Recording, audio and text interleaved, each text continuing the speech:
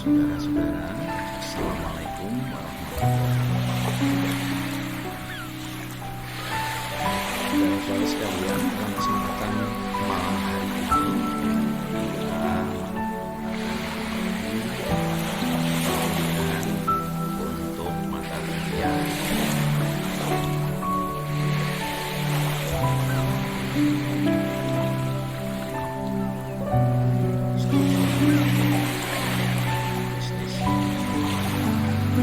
Jadi saudara-saudara sekalian, sebagai awal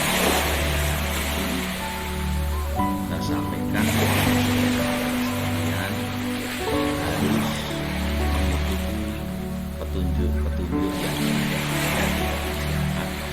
Anda harus perkuliahan ini 16 kali. Kemudian juga harus diwajibkan mengikuti ujian tengah semester maupun ujian akhir semester. Maka saudara-saudara sekalian, silahkan saudara-saudara untuk apa yang sudah ada di dalam perkuliahan. Anda harus melakukan presensi dalam pertemuan yang perdana ini. Silakan apa sebenarnya di dalam yang melayakan bisnis. Perkenalan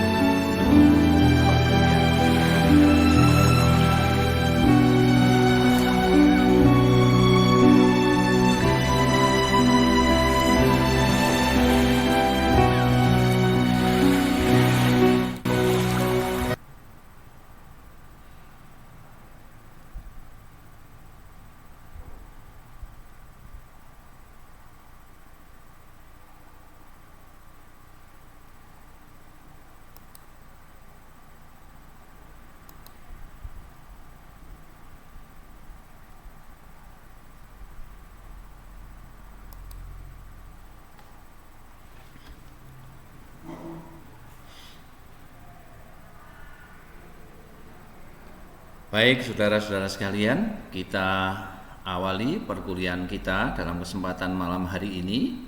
Kita akan belajar bersama-sama mempelajari tentang studi kelayakan bisnis. Jika kita berbicara tentang studi kelayakan bisnis, maka ada beberapa hal yang perlu kita pahami bersama-sama. Yang pertama, kita belajar tentang ruang lingkup studi kelayakan bisnis. Apa saja ruang lingkup studi kelayakan bisnis? Bisa saudara-saudara pahami di sini? Ya. Kalau kita belajar tentang studi kelayakan bisnis, kita harus memahami apa itu studi. Studi bisa dikatakan itu belajar tentang sesuatu, mempelajari sesuatu.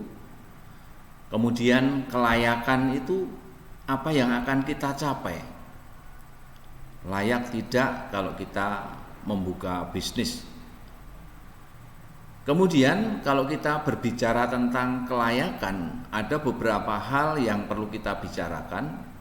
Bisa itu merupakan sebuah proyek, dan bisa itu merupakan sebuah bisnis atau usaha. Jadi bukan sesuatu yang merupakan pekerjaan sendiri, tapi di dalam membuka sebuah usaha atau melakukan sebuah proyek itu pasti melibatkan banyak tim dengan berbagai keahlian.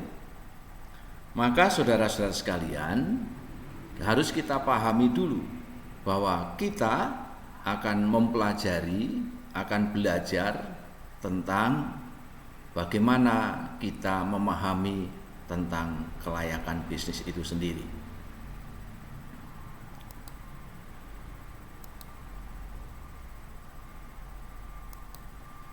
Jadi saudara sekalian, kalau kita akan belajar tentang studi kelayakan bisnis, maka kita harus memahami fungsinya dulu. Apa toh sebenarnya fungsi studi kelayakan bisnis itu? Yang pertama, itu memberikan dasar untuk keputusan sebuah investasi. Maka saudara sekalian, ketika saudara akan melakukan investasi pada suatu tempat atau pada bidang bisnis ataupun proyek, maka ketika saudara sudah mempelajari apakah layak atau tidak kita masuk di dalam investasi itu, maka ini merupakan dasar bagi saudara-saudara untuk mengambil sebuah keputusan. Keputusan itu pasti diambil dengan suatu kebijakan atau suatu pembelajaran yang betul-betul harus dialami ketika saudara itu mempelajari sesuatu. Yang kedua, kelayakan bisnis ini juga untuk mengoptimalkan penggunaan sumber daya, atau ketika kita melakukan sebuah proyek atau mengerjakan sebuah proyek, pasti sumber daya manusia yang dibutuhkan di dalam proyek itu apa saja. Maka kita harus belajar dari studi kelayakan ini. Siapa yang harus menggambar misalnya dalam sebuah proyek, siapa yang harus memperkirakan kontur tanahnya, siapa yang harus memperkirakan waktunya, pelaksanaannya dan lain sebagainya. Ini dibutuhkan sumber daya yang tepat di dalam studi kelayakan bisnis ini. Kemudian juga ketika kita akan memasuki sebuah bisnis, apapun bisnisnya, maka kita harus belajar betul siapa-siapa orang yang pantas dan patut ditempatkan di dalam bisnis yang kita miliki. Bidang apa saja, maka dibutuhkan sumber daya yang betul-betul kita butuhkan di dalam studi kelayakan bisnis ini. Harus kita pelajari betul seperti apa yang harus kita lakukan. Maka saudara-saudara sekalian, ketika kita sudah mempelajari tentang kelayakan bisnis itu, maka kita juga pasti memahami hal-hal yang perlu kita perhatikan di dalam studi kelayakan bisnis ini. Suatu misal apa saja yang kita butuhkan di dalam bisnis itu, karena pasti menyangkut hal-hal di bidang keuangan. Maka hal itu harus kita pelajari betul. Seperti apa, bidang-bidang apa, keuangan yang harus kita sediakan berapa, kemudian nilai manfaatnya dan plus minusnya nanti akan seperti apa, harus betul-betul kita pelajari. Karena risiko keuangan ini sangat tinggi di dalam kita melakukan sebuah bisnis atau melakukan sebuah proyek. Kemudian studi kelayakan bisnis ini juga memberikan pandangan yang komprehensif, memberikan gambaran-gambaran yang tepat yang harus kita pelajari dan harus kita tentukan di dalam melakukan sebuah proyek ataupun sebuah bisnis. Maka saudara-saudara, ini harus saudara lakukan ketika nanti saudara menjadi seseorang yang ikut ambil bagian dalam sebuah proyek maupun sebuah bisnis. Kemudian yang berikutnya, fungsi yang berikutnya itu adalah memberikan dasar untuk perencanaan yang paling strategis. Strategi-strategi mana yang harus kita tempatkan, harus kita terapkan di dalam menangani sebuah proyek dan di dalam menangani sebuah bisnis, dalam menangani sebuah usaha.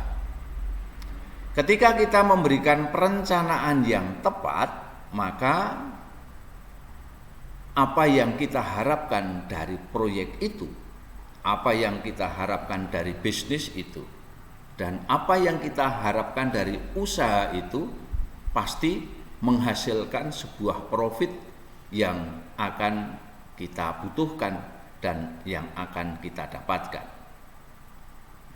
Kemudian yang keenam, saudara, itu kita dengan mempelajari kelayakan bisnis, kita mampu mendukung pembiayaan yang harus dikeluarkan itu sejauh mana. Kemudian waktu-waktu yang tepat, timing yang tepat di dalam pembagian pembiayaan sebuah usaha maupun sebuah proyek. Terlebih di dalam proyek itu pasti ada pembagian-pembagian untuk pembiayaan. Misalnya di bagian awal kita mengeluarkan berapa persen yang harus kita keluarkan. Kemudian tahap yang kedua berapa persen, tahap yang ketiga berapa persen, tahap yang keempat berapa persen. Itu persentase itu pasti harus direncanakan secara matang supaya proyek itu berkelanjutan dan menghasilkan sesuatu sesuai dengan rencana di dalam perencanaan strategi yang sebelumnya itu. Kemudian dengan studi kelayakan bisnis ini juga bisa memberikan evaluasi yang berkelanjutan. Jadi kalau kita sudah mempelajari layak tidak perusahaan ini kita lakukan, layak tidak usaha ini kita lanjutkan, itu maka setiap langkah, setiap waktu atau dalam periode-periode tertentu harus dilakukan evaluasi supaya tahap yang pertama ini ketika kita menemukan sesuatu yang tidak sesuai dengan perencanaan segera dapat diatasi, sehingga dalam waktu-waktu yang berikutnya itu betul-betul bisa dilaksanakan dengan baik. Kemudian yang berikutnya, saudara, itu bisa memastikan keberlanjutan sebuah bisnis atau sebuah usaha. Maka ketika kita sudah mengevaluasi tahap pertama yang kita lakukan, maka layak enggak bisnis ini kita lanjutkan? Sudah seberapa jauh memberikan manfaat? Sudah berapa jauh memberikan masukan? Sudah berapa jauh memberikan pendapatan di dalam kita melakukan sebuah bisnis? Itu hal-hal yang perlu diperhatikan ketika kita akan melakukan sebuah bisnis. Maka fungsi studi kelayakan ini betul-betul harus kita pahami.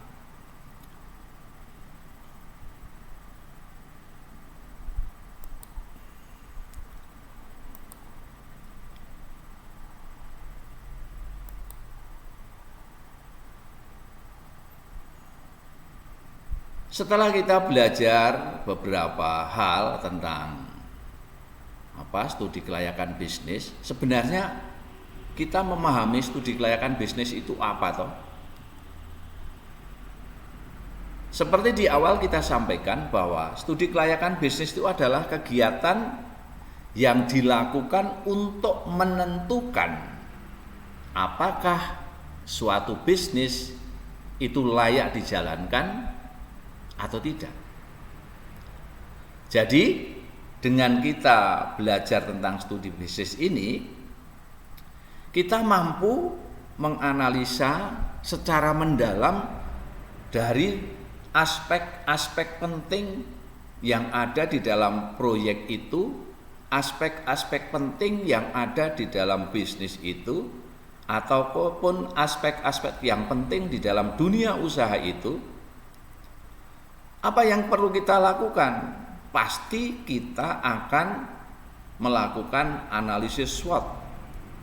mengidenti masalah apa, kemudian peluang apa yang akan kita dapatkan, kemudian bagaimana kita akan menentukan tujuan. Kita juga akan memahami tentang gambaran situasi bisnis yang terjadi, yang akan kita lakukan di dalam analisis ini.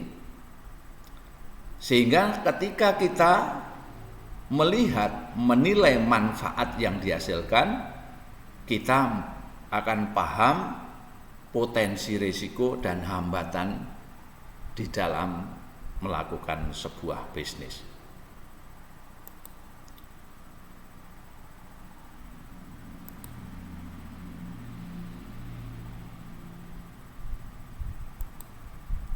Ketika kita sudah paham tentang arti dari sebuah studi kelayakan bisnis, maka kita juga harus memahami ruang lingkup studi kelayakan bisnis dan apa kaitannya dengan disiplin ilmu yang lain.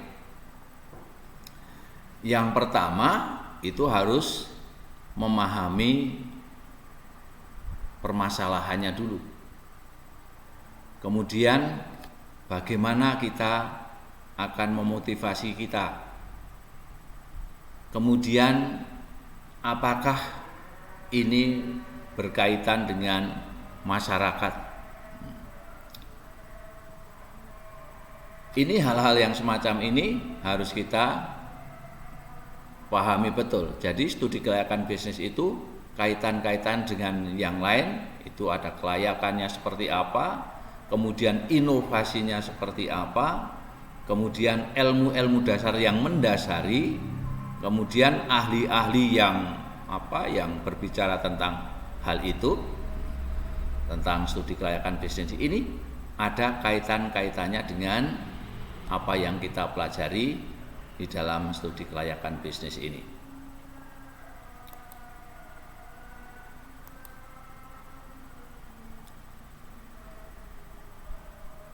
Kalau kita sudah memahami hal-hal yang terkait dengan studi kelayakan bisnis, maka kita juga harus memahami tentang betapa pentingnya studi kelayakan bisnis yang harus kita lakukan. Mengapa kita perlu melakukan studi kelayakan bisnis? Karena kita akan melaksanakan usaha yang baru. Ini yang pertama. Ketika kita akan melaksanakan usaha yang baru, maka kita harus mempelajari betul hal-hal yang ada di dalam dunia bisnis yang ada di situ. Termasuk tadi dikatakan bahwa di dalamnya ada sumber daya manusianya seperti apa, ruang lingkupnya seperti apa, kemudian tantangan-tantangan yang ada di sekitar tempat kita bisnis, termasuk ketika kita akan mengembangkan usaha yang telah ada. Jadi ketika kita sudah memiliki usaha yang sudah ada, dengan adanya evaluasi setiap saat, dengan adanya evaluasi tertentu dalam periode-periode tertentu, maka kita dengan mempelajari kelayakan bisnis yang sudah kita jalankan ini, kita akan tahu apakah usaha kita ini perlu dikembangkan atau tidak. Kemudian yang berikutnya adalah kita harus memahami juga sumber daya yang ada, kemudian sumber dana yang terbatas. Ketika kita memiliki sumber dana yang terbatas, kemudian sumber daya yang ada, tetapi kita ingin melanjutkan atau membuka usaha yang baru, itu kita betul-betul mempelajari kelayakan bisnis yang kita kembangkan ini. Karena apa?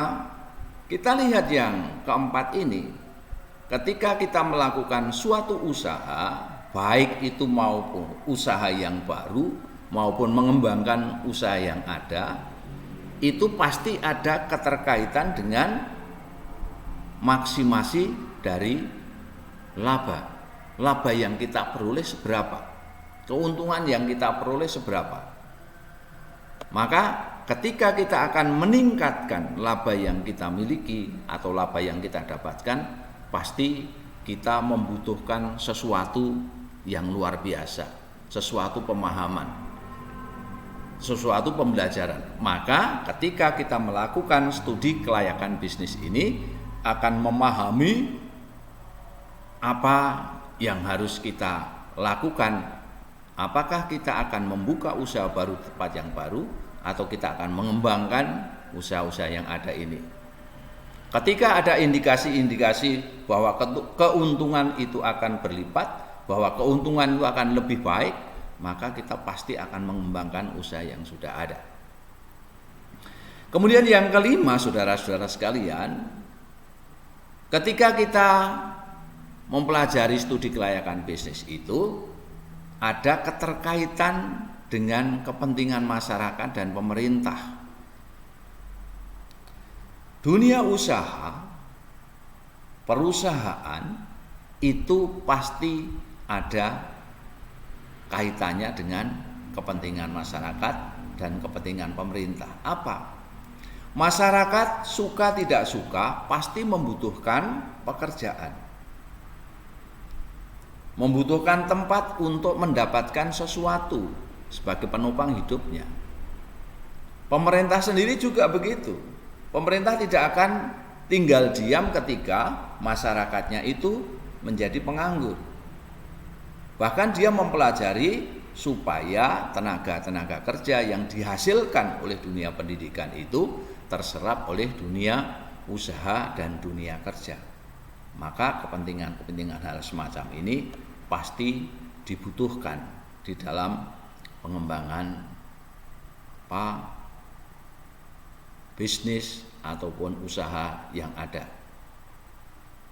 Itu, jadi mengapa kita memerlukan studi kelayakan bisnis? Hal itu yang perlu patut dipahami.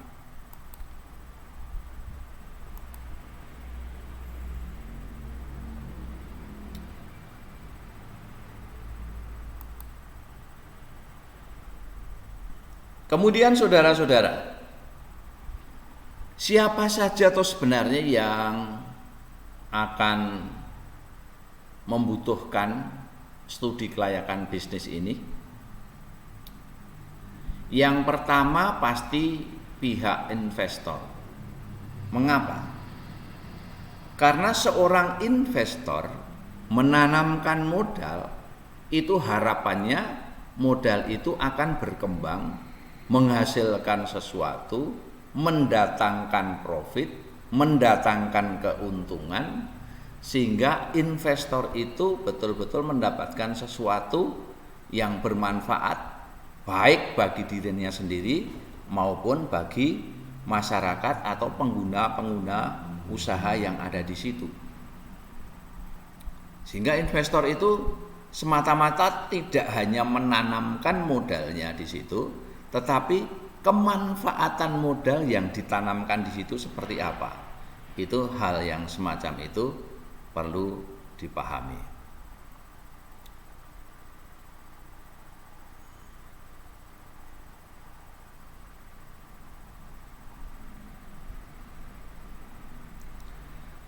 Yang kedua, yang perlu kita pahami adalah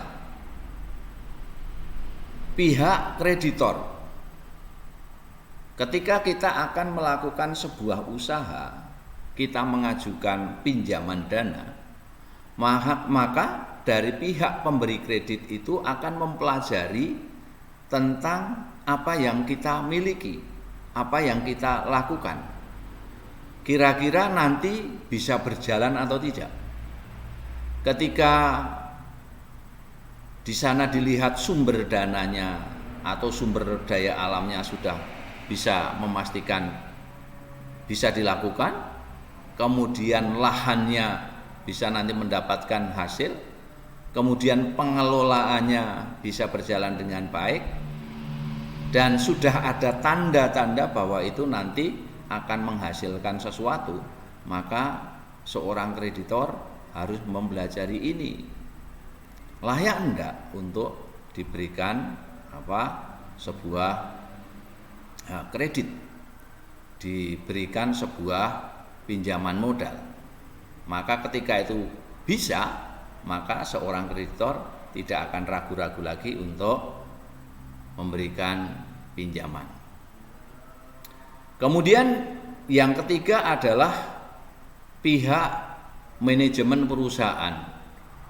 Seorang manajer itu harus paham betul tentang usaha yang dilakukan atau usaha yang dikembangkan atau usaha yang dijalankan, itu harus paham betul arahnya mau kemana.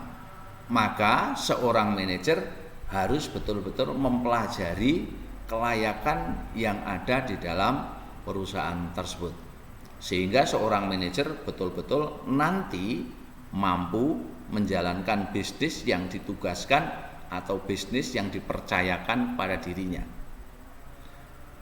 Jadi kalau seorang manajer itu tidak mempelajari tentang perusahaan atau proyek yang dilakukan, mereka akan seperti orang buta yang berjalan di dalam kegelapan. Maka dia akan kesandung-sandung. Tetapi ketika dia sudah betul-betul mempelajari apa langkah-langkah yang harus dilakukan, kemudian visi misi perusahaan itu apa dan endingnya diharapkan menjadi apa, itu maka seorang manajer itu akan mudah untuk menjalankan perusahaan itu. Ini. Kemudian pihak lain adalah pihak pemerintah dan masyarakat. Sekali lagi, pihak pemerintah dan masyarakat itu kadangkala masyarakat setempat itu melihat perusahaan, melihat proyek yang ada di tempat itu harus betul-betul jeli. Memberikan izin itu betul-betul jeli.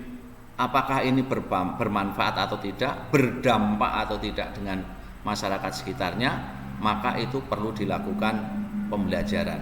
Maka ketika kita belajar tentang studi kelayakan bisnis ini, sebagai anggota masyarakat itu paham, oh ternyata perusahaan ini bermanfaat bagi lingkungan kami, memberikan dampak yang baik.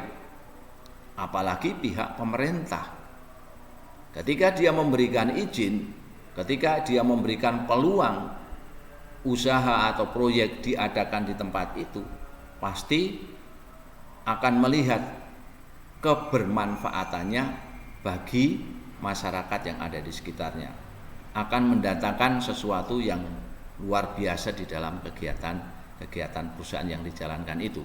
Jadi pemerintah dan masyarakat itu juga tidak sekedar melihat, tetapi harus memahami betul tentang studi kelayakan yang kira-kira pantas nanti didapatkan ketika perusahaan, ketika dunia usaha ada di tempat masyarakat tersebut.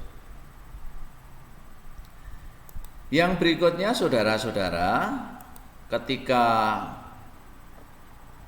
di depan sudah tadi disinggung tentang tujuan dari studi kelayakan bisnis itu, yang pertama itu kita akan menilai apakah bisnis atau usaha itu dapat layak dikerjakan atau feasible atau tidak, layak apa tidak. Jadi pengen mengerti, pengen memahami apakah dunia usaha, apakah proyek, apakah perusahaan ketika ditempatkan di tempat itu layak dikerjakan atau tidak. Maka kita butuh studi kelayakan ini. Yang kedua, di dalam pelaksanaannya itu kita akan berhadapan dengan sikap optimis dan sikap pesimis. Mengapa demikian? Karena di dalam dunia usaha itu Walaupun kita merencanakan segala sesuatu itu dengan baik, kadangkala optimisme itu bisa dikalahkan dengan rasa pesimis. Maka bagaimana bisa menyeimbangkan antara optimisme dengan pesimisme itu di dalam melaksanakan sebuah usaha. Kadangkala di dalam melakukan usaha, melakukan proyek, melakukan bisnis, itu kita melihat keperpihakannya kepada siapa. Kalau dunia usaha itu berpihak pada pemegang saham, pasti manajer itu tidak akan memikirkan sumber daya yang ada. Yang penting investor ini mendapatkan keuntungan yang lebih dan bisa berjalan terus. Tetapi kalau kita berpihak pada karyawan, yang penting karyawan sejahtera dan lain sebagainya, nah itu nanti kita juga akan berhadapan dengan pemilik modal.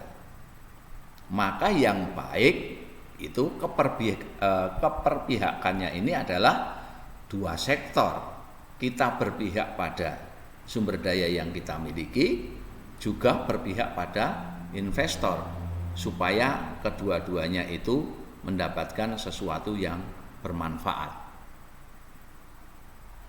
Kemudian kadangkala melakukan usaha itu ada tekanan-tekanan politis, yaitu kepentingan-kepentingan dari beberapa pihak, sehingga kita harus mengikuti apa yang menjadi kebijakan-kebijakan pemerintah setempat.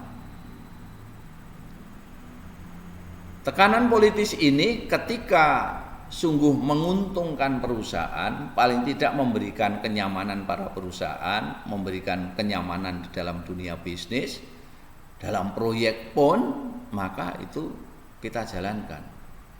Tetapi kalau tekanan-tekanan politis ini sudah sungguh-sungguh nanti tidak bisa menguntungkan dari perusahaan, ya apa boleh buat, kita tidak usah lanjutkan. Kemudian juga dalam studi kelayakan bisnis ini kita juga akan memahami tentang edukasional background dari pendidikannya apa. Kita ketika menempatkan orang-orang yang ada di dalam bisnis kita ini, apakah sesuai dengan pendidikan yang mereka miliki, paham yang mereka miliki, sehingga kita tidak salah menempatkan sumber daya yang ada di situ.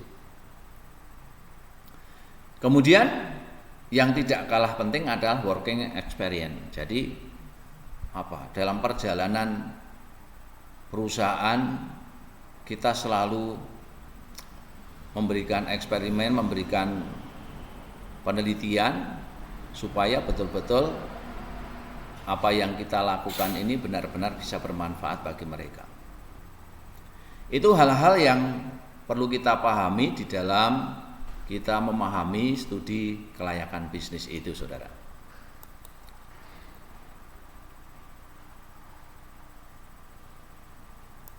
Kita lanjut.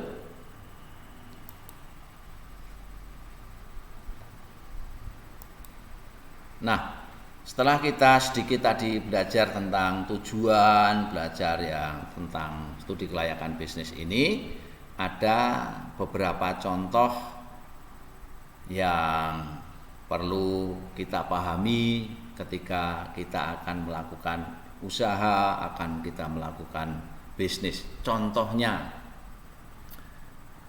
itu ada bisnis dalam sistem franchise seperti KFC, McDonald, McD. Itu mereka pasti mempelajari tempat yang paling tepat itu mana untuk mendirikan itu. Kemudian ketika dia menempatkan di tempat itu, apakah mereka tertarik dengan yang sudah mereka lakukan.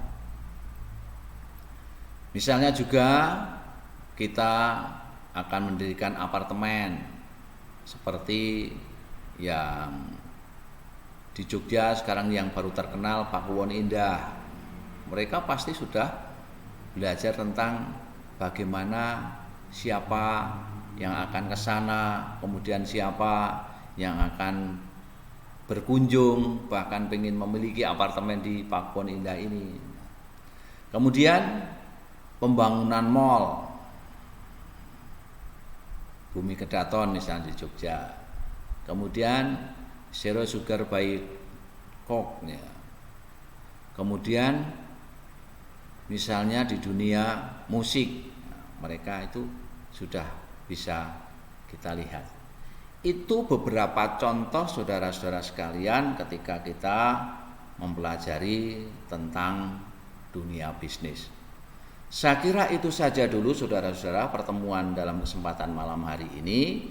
Saya ingatkan, silahkan Anda betul-betul mengikuti perkuliahan ini dengan baik, sehingga sungguh ketika saudara-saudara sekalian itu mengikuti dengan baik, maka saudara akan bisa mendapatkan ilmu yang bermanfaat. Dan ketika saudara berhadapan dengan pihak-pihak perusahaan, dunia bisnis, dunia usaha, saudara paham apa yang harus kita lakukan, apa yang harus kita kerjakan ketika kita diberikan tugas-tugas yang seperti itu. Terima kasih atas perhatiannya saudara sekalian. Sampai ketemu di dalam pertemuan-pertemuan berikutnya. Semoga bermanfaat di dalam pembelajaran kita hari ini. Terima kasih. Selamat malam. Sampai ketemu dalam pertemuan berikutnya. Assalamualaikum warahmatullahi wabarakatuh.